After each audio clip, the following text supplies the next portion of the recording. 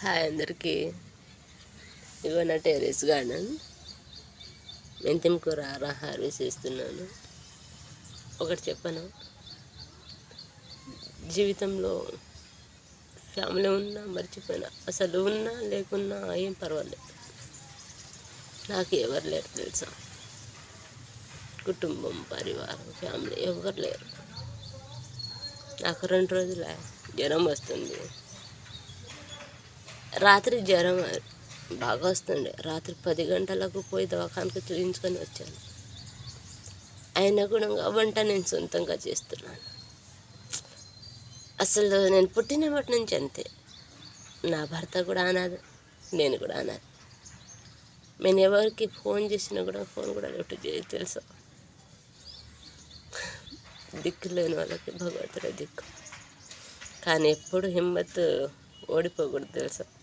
చాలా యాక్ట్గా ఉండాలి, చాలా ధైర్యంగా ఉండాలి.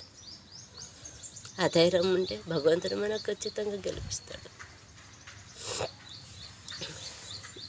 నా జీవితంలో అంతే. ఇగో లేచి పిల్లలకు పంపాను. అన్ని పనులు ఇంట్లో గిన్నె ఇది అది అన్నీ ఉంది. అన్నీ సొంతంగానే చేయాలి. ఏ ప్రాబ్లం వచ్చినా, ఎన్ని నొప్పులు వచ్చినా అన్నీ సొంతంగానే భరించాలి. ఎవరికి చెప్పకూడదు. అందరు నా లెక్కలో చనిపోయారు. అయినా కూడా నవ్వుతూ ఉండ. ఎవరికి గుర్తు చేయను.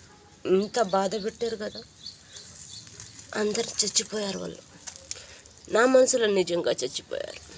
నాకైతే ఎవరు లేరు. బాగుండాలి, అందరు బాగుండాలి. ఈ ప్రపంచం మొత్తం నా కుటుంబం లాగా నడుస్తున్నాను.